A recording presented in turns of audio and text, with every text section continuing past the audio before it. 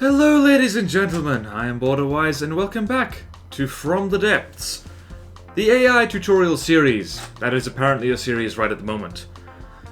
Now we've already covered AI behavior and AI adjustments in the previous two videos. Today we'll be going AI maneuvers, which is its own thing. And while I'm pointing out the obvious, there's a zebra striped airship right in front of you. And so all this video is going to be is going through each of the maneuvers and saying what kind of job you'd use them for. I do not know this particular section of AI stuff as well as I thought I did, so we're just going to keep it basic and we're going to try and keep it short and simple. I emphasis on try. So, to start off with, you need a craft that is fully functional, which we've got, conveniently enough. And then diving into the maneuver, here are your options. Now there are 1, 2, 3, 4, 5, 6, 7 maneuvers to choose from. Two of them are pretty, like, I don't know, there's not a lot to talk about because they don't actually do anything, and that is Empty and Fortress Maneuver. But of the remaining 5, they do interesting things, and they all kind of have specific jobs, and they work better with some kinds of behaviors and adjustments than others. So, to start off with, we've got airplane movement. And as the name suggests, this is what you'd use for an airplane, and the main feature of this maneuver is that it can use a pitch to control altitude, and it can use a roll to control turning. So maneuver is basically how the vehicle controls all the propulsion, all the control surfaces on it, in order to get to the waypoint that it's trying to get to, be it using its combat behavior or fleet move or patrol or anything like that. So, with the airplane movement, it can use pitch to change its altitude, and it can use roll to turn. Now, this particular craft has 2 PIDs on it that are currently fighting the AI slightly, so it's a little bit easier to see if you take that off. So it is now using a roll to steer, kind of. This is not a good vehicle for showing off roll turning, because it's too narrow. It uses using ailerons or thrusters to roll, turn, or bank is a lot easier to demonstrate, and it's a lot easier to achieve with a craft that has a bit of width to it. So if it has wings or something like that. So getting back into the maneuver, brief overview of what everything is. These 3 settings are all about rolling to turn. Maximum roll for bank and turns is currently 0 degrees, which means it's not actually rolling to turn at the moment. You can change that just a little bit, and you see right there, it's now rolling around quite a bit more. Bank and turns above angle 30 degrees. And so basically when you're more than 30 degrees pointing away from the waypoint, that's when this thing will roll to turn. And you want to be careful with this, because if the rolling angle is too shallow, you get stuck moving in a straight line. And if it's too much, the thing will roll straight into the ocean or into a mountain, and that's not good. And this 3rd setting, I don't actually know what this means. Confession time. I mentioned before, I don't know this as well as I thought I did, and not as well as I like. But the great thing about AI and From the Depths is that you don't actually have to know everything or use everything in order to get functional results. You can kind of cheat a little bit. It's like using a word processor. You don't need to actually use every feature in order to type a document. It's a little bit like that. So bank and turn, gradual roll increase over 30 degrees. I haven't a clue what this means. Really don't, so I'm going to ignore it, because I've never needed it. Idle thrust is basically if the vehicle is not in combat, and if it's not moving towards a waypoint, this is how much thrust it'll use, how much forward thrust it'll use. And if I set this to 50 degrees now, you'll see that's spinning a little bit slower. So we do this, you'll see that prop on the back, speeding up and slowing down. It's usually best if you're making just a full-blown aircraft, just to leave this at 100%. And simply because, like, otherwise, well, if you do this, let's set that to 5, you'll notice that this thing is, well, it would be declining in altitude if it wasn't for those altitude thrusters right there. But if it doesn't have any upwards-facing thrusters, which, by the way, is one of the main advantages of making an aeroplane, remember that pitch can be used to achieve altitude, so you don't actually need things like that. So let us demonstrate that. Whoops, wrong button. Let us demonstrate that like this with these two things right here. So match pitch for altitude control is 15 degrees, so that's the absolute maximum this craft will pitch up or down in order to change altitude, and in order for it to even use this setting, you need to use this, pitch to reach target altitude. Otherwise, it'll pitch towards the target waypoint, which has its uses, but in this case, you can do this. And if I delete all of these, you'll see that if you set the idle thrust too low, the thing will just fall out of the sky, because the whole point of pitch controlling the altitude is that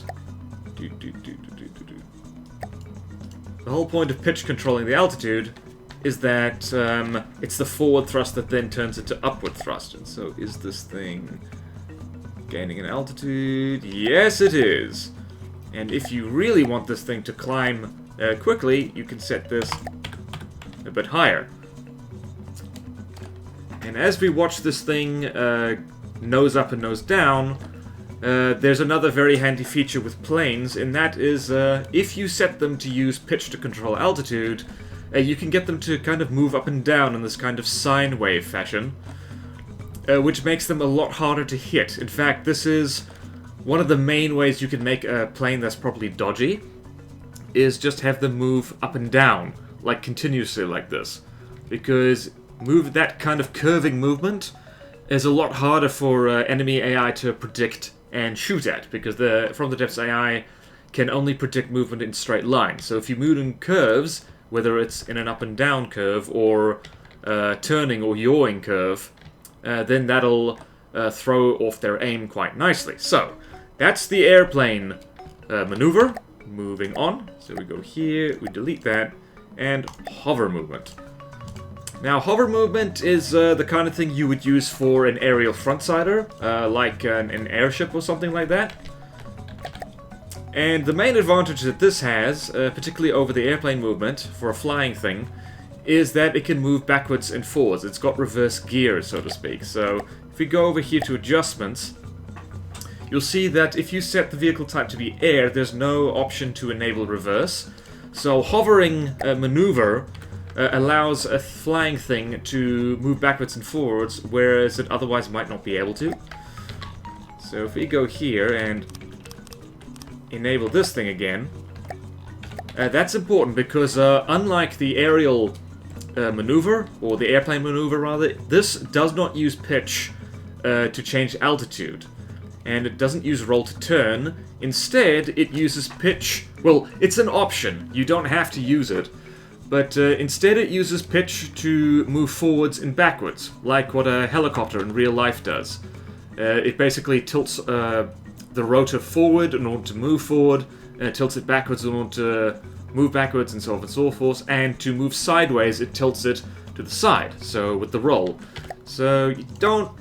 This is, again, it's not a great craft to demonstrate this with, but you'll see it's the ability of a hover maneuver to strafe is also quite handy, because it can move forwards and backwards, it can move sideways, as in strafing, and this is what this first setting is for, the yaw lock distance. So, out of combat, stop using yaw for steering within this distance to the waypoint, only use forward side movement, meaning thrusters mounted on the side. So if we demonstrate that right here, it looks something like this.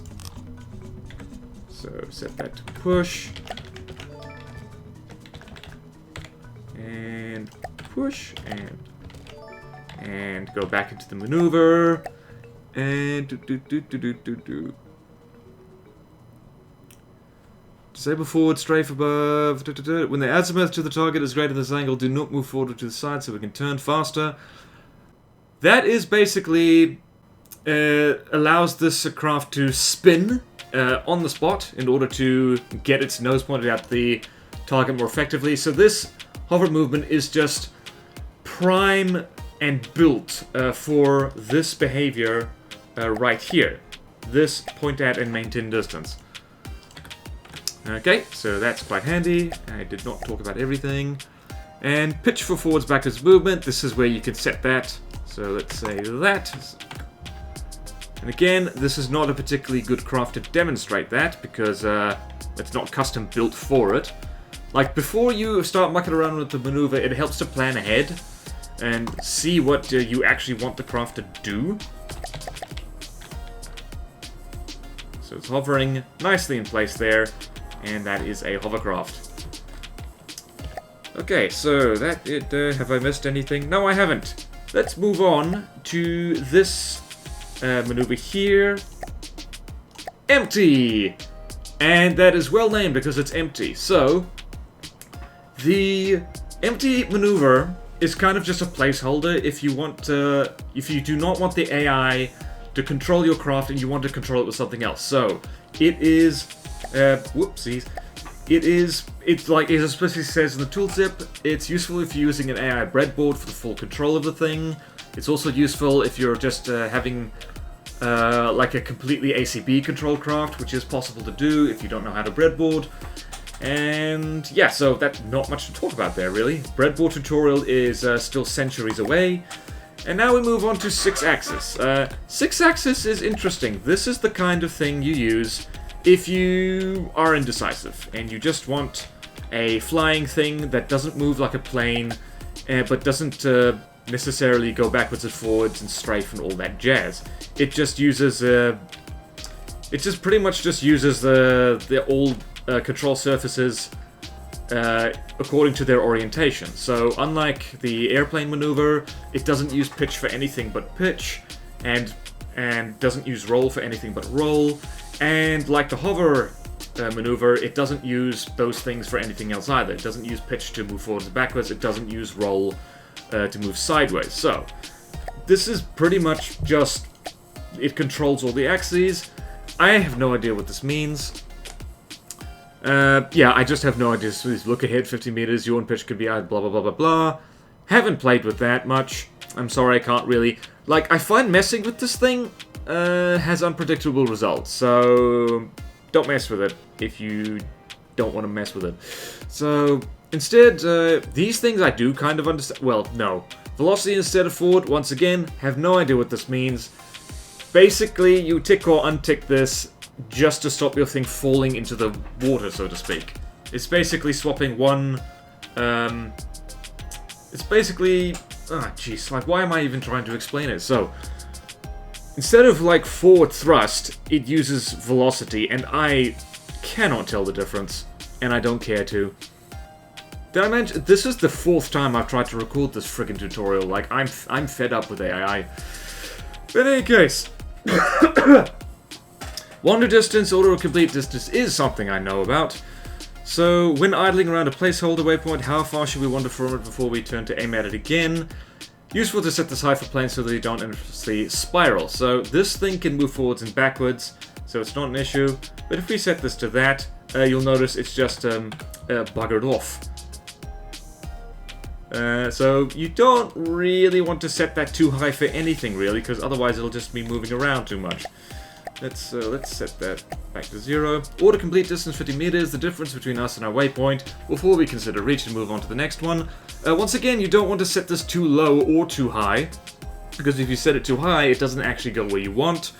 And if you set it too low, the thing will constantly freak out trying to get to a very specific point. And you'll notice that here it has got direct access to all the AI, AI PIDs.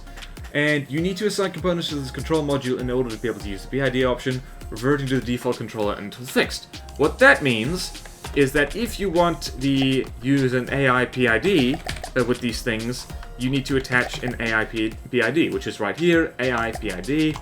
There it is. And if we go back to the maneuver, say I want to control pitch, I go here, and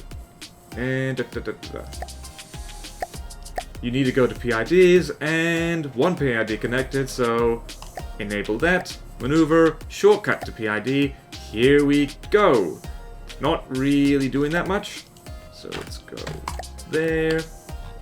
And this is very, very shoddy PID work, as you can tell by there. You really need to mess around with it a little bit more in order to get it doing what you actually want. But that is how you attach an AI PID to your AI and start messing around with it, at the very least.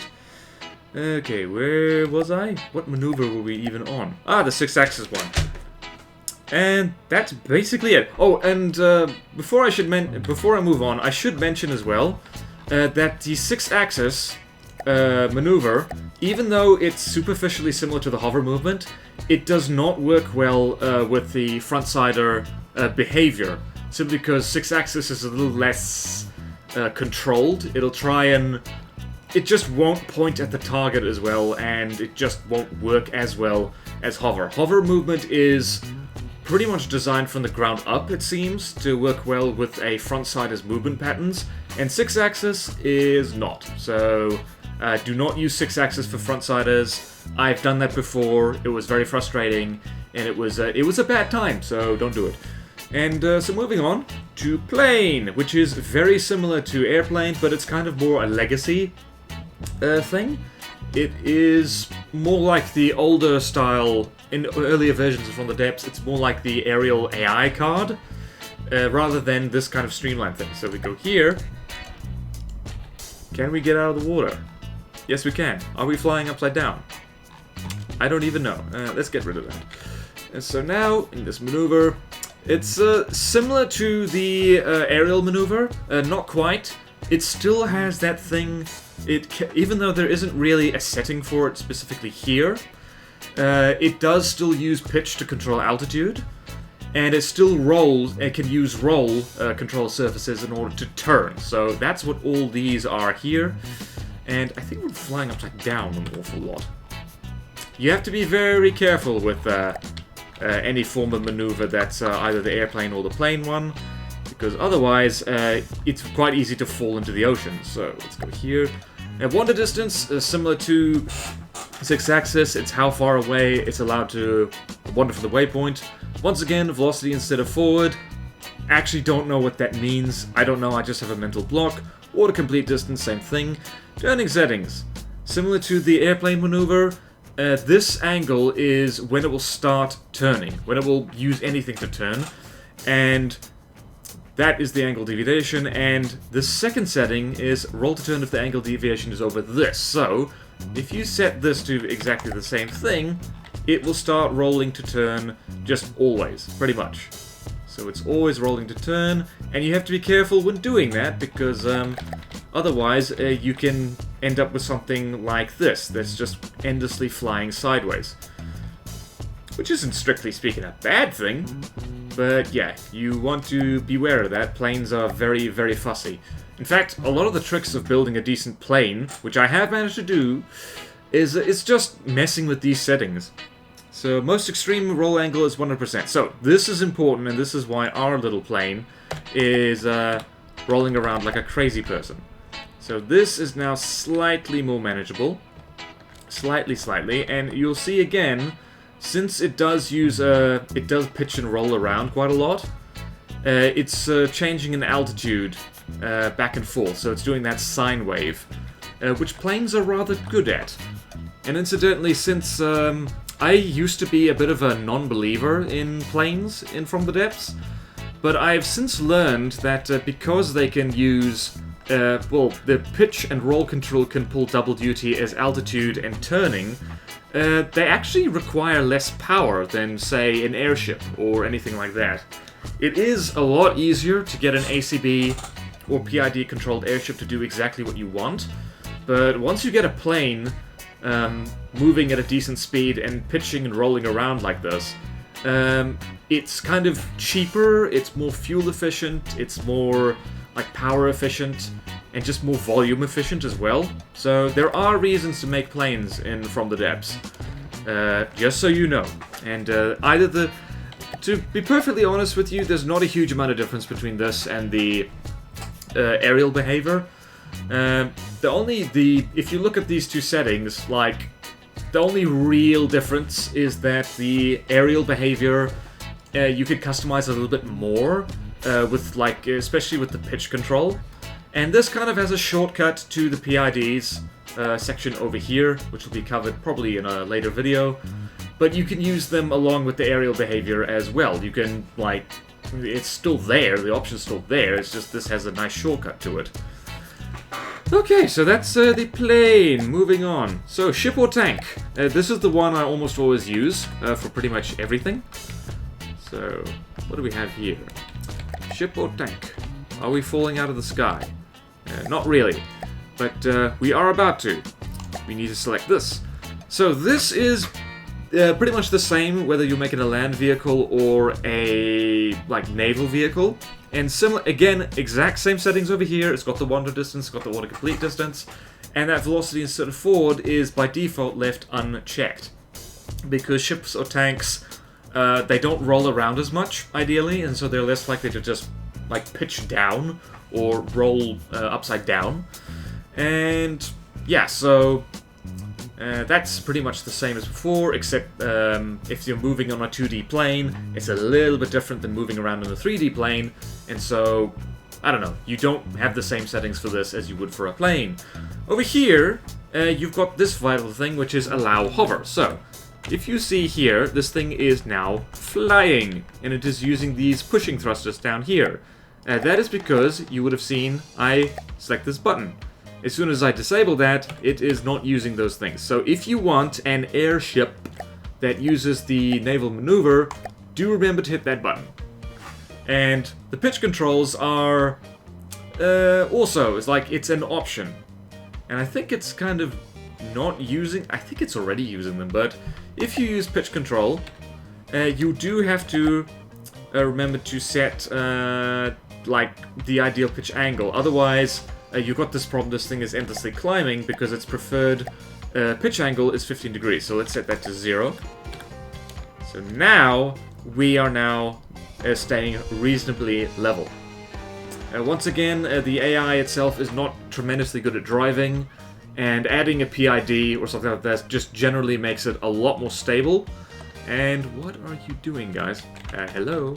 Hello? Hello? Ah, God. Pusher, thank you. Thank you. That's better. Always double check your thrusters to make sure they're doing what you think they're doing. Where were we? We were here. This is going so much better than last time. And once again, a nice little shortcut to the PID over here. But you need to add a PID to this in order to do anything with that. So, moving on. Get rid of that. And Fortress Maneuver, which once again does absolutely nothing because, well, let's show you what I mean. All the Fortress does is, if I do this, wasn't actually planning to build anything this episode, but I'm a rebel, so I don't even care. And I'm right here, and well, I guess I have to just do this because I'm a dummy. And destroy vehicles. And where is it? Fortress. There we go. So here we have a very, very tiny fortress. In order to get this thing to move, well, firstly, we need a behavior, so let's go point that, and here, Fortress Maneuver. And let us do that. So literally all the Fortress Maneuver is you stick it on the Fortress AI in order to get the thing to move at all, and you can't actually customize it at all because there's really no reason to. Just the default just does it. And if you want to change anything about it, you just go to Adjustments and do this. And now it's at the altitude we want, and it's very neat and tidy. So, that is the basics about From the Depths AI maneuvers. And, well, there is a lot more detail you could go into, specifically how to get each one to work, because there's an awful lot of ways you can set them up that they don't work. But that'll do for now, because hopefully that gives you some idea of what each one is used for, what kind of vehicles each one is used for, and just all that stuff. And so, this is the weirdest little fortress I've ever seen in my life. It really is. But, yeah, that's basically it. I can't believe I managed it. Fourth time is a charm. Let that be a lesson to you kids. Never give up. Or if you do, never phrase it as giving up. Phrase it as changing tactics. Because that sounds like less of a cop-out. So anyway, thank you all so much for watching. Please like, comment, subscribe if you want to see more videos like this. Support me on Patreon if you like. It really helps. Thank you to all my current Patreon supporters, and I will see you next time in From the Depths, which will probably not be an AI tutorial because my sanity needs time to regenerate. Farewell!